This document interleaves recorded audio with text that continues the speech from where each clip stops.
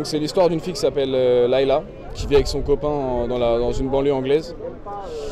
Et elle est traquée par sa famille et un groupe de Pakistanais engagés par son père. Et elle essaye de leur échapper. Un film avec une atmosphère étrange, plutôt assez impressionnant. Et j'ai plutôt bien aimé ce film. C'était un film avec beaucoup d'action, enfin c'était plus une course-poursuite, donc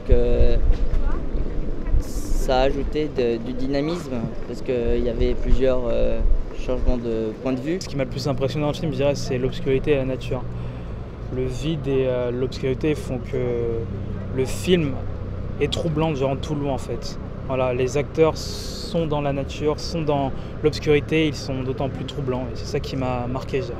Mon avis général sur le film Catch Me Daddy est un peu négatif, un peu mitigé. C'est-à-dire que j'ai pas vraiment aimé comment le scénario a été ficelé. J'ai trouvé qu'il manquait pas mal de passages et il manquait vraiment des clés pour comprendre le scénario et l'intrigue.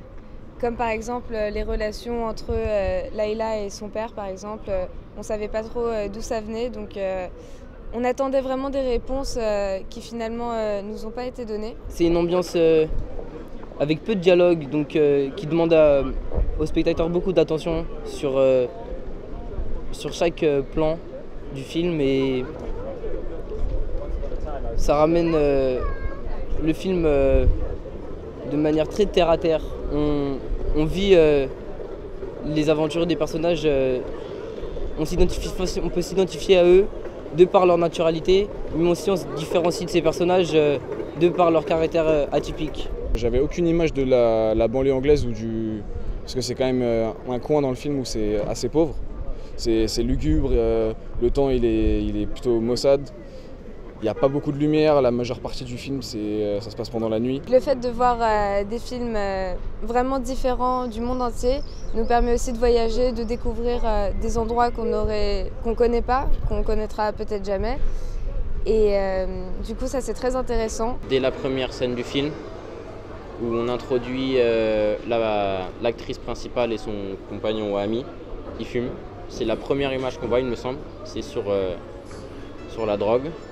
Donc je me suis posé la question, mais enfin, quel était l'intérêt dans ce film de donner une place aussi importante à la drogue en fait?